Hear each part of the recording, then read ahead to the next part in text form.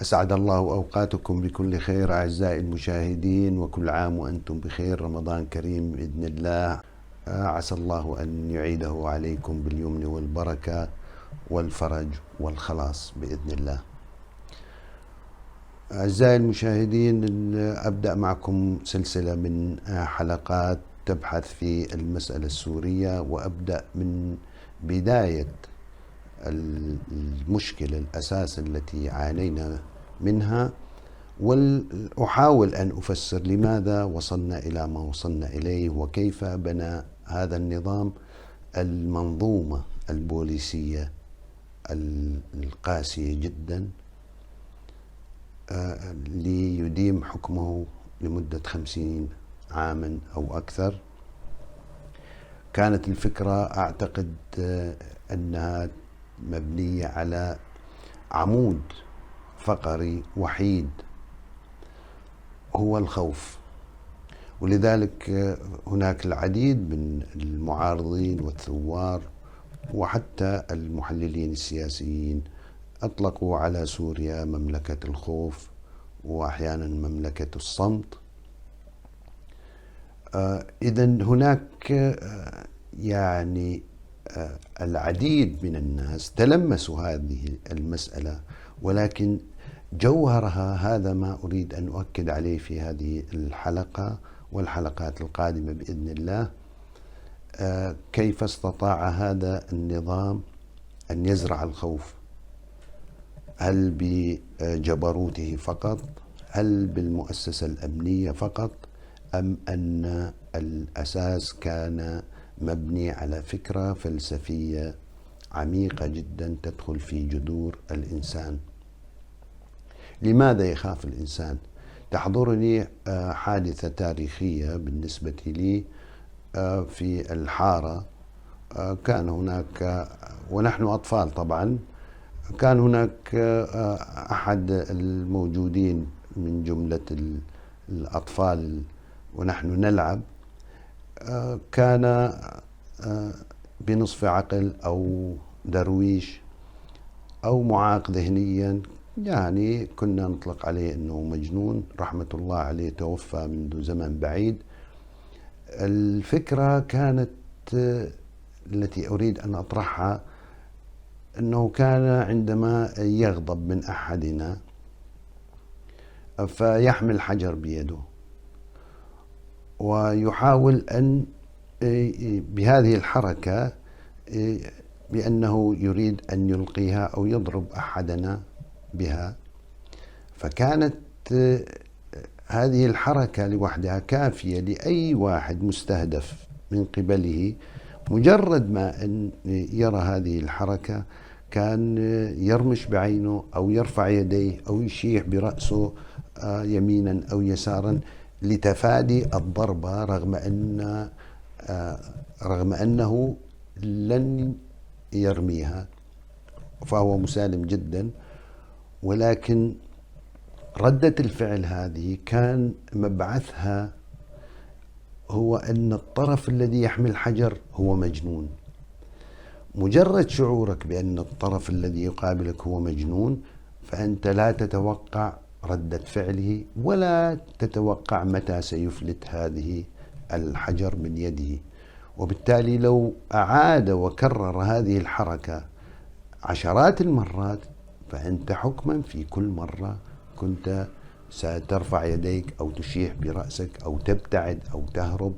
لابد أن يكون لديك ردة فعل، واستحالة أن تبقى ساكنا وأنت تراه يحاول أن يلقيها عليك، لأنه كان مجنون. من هنا أستطيع أن أربط ما بين الخوف والجنون. هذه الفكرة التي بنى عليها النظام منذ 50 عاما إلى هذا اليوم لزرع الخوف في نفوس المواطنين، وهو الأساس الذي استطاع به أن يستمر طوال هذه العقود بالحكم. تكريس فكرة جنون النظام للحفاظ على الخوف المزروع في نفوس المواطنين. طبعا في بداية الثورة استطاع هذا الشعب العظيم والثوار في الشوارع الخروج وكسر حاجز الخوف، وكان هذا بالنسبة لي وبالنسبة لعديدين هو أعظم إنجاز للثورة، وهذا ما أرعب النظام وأرعب من يساند النظام في الخارج. ممارسة النظام منذ البداية والعنف المفرط، العنف الذي وصل إلى حد الجنون، كان هو لإعادة بناء هذا الجدار الذي انهار أمامه. ولذلك بإمكاننا تفسير كل المحطات التي مررنا فيها خلال 10 سنوات من الثورة، لا يمكن إلا أن تفسرها من خلال الجنون الذي حاول النظام أن يكرسه على أرض الواقع، وحتى في التصريحات، وحتى في المقابلات التلفزيونية، وحتى بالنسبة لمحلليه ولا مطبليه. أرجع لفكرة الخوف منذ البداية، أن الخوف مبعثه جنون الخصم. هذا يستحضرني أيضا مثل آخر في السجن عندما كنت معتقلا، وسأفرد لتجربتي في السجن حلقة أو حلقتين تتحدث عن صور عديدة من مشاهد السجن تفسر أيضا جوانب أخرى للنظام. أعود إلى السجن في إحدى الأمسيات. عاد إلينا أحد السجناء من مشفى المجانين أو الدويرين يسموها بحلب، وكان له صيت كبير في السجن قبل مجيئنا طبعا، وهو سجين جنائي. فعند عودته شعرت بسطوته على كل السجناء الجنائيين وليس السجناء السياسيين من أمثالنا. كنا أشبه بالدفعة الأخيرة أو الضيوف عليهم، كانوا هم الذين يملؤون كل مهاجع السجن بحلب، رغم أن هؤلاء المساجين هم أيضا مجرمين مثله، سارقين، حشاشين، قتلة. وبالتالي استغربت هذا الخوف، إلا أن معرفتي بأنه قادم من مشفى المجانين فهمت لماذا كان الجميع يهابه أو يتحاشاه، حتى المسؤولين عن السجن من عناصر شرطة أو ضباط كانوا يعاملونه معاملة متميزة بها نوع من التسامح أو إعطائه بعض الامتيازات دونا عن الآخرين. في جلسة من الجلسات بيني وبينه قال لي: يا عمي، اللي يطلع صيته يعلق سيفه.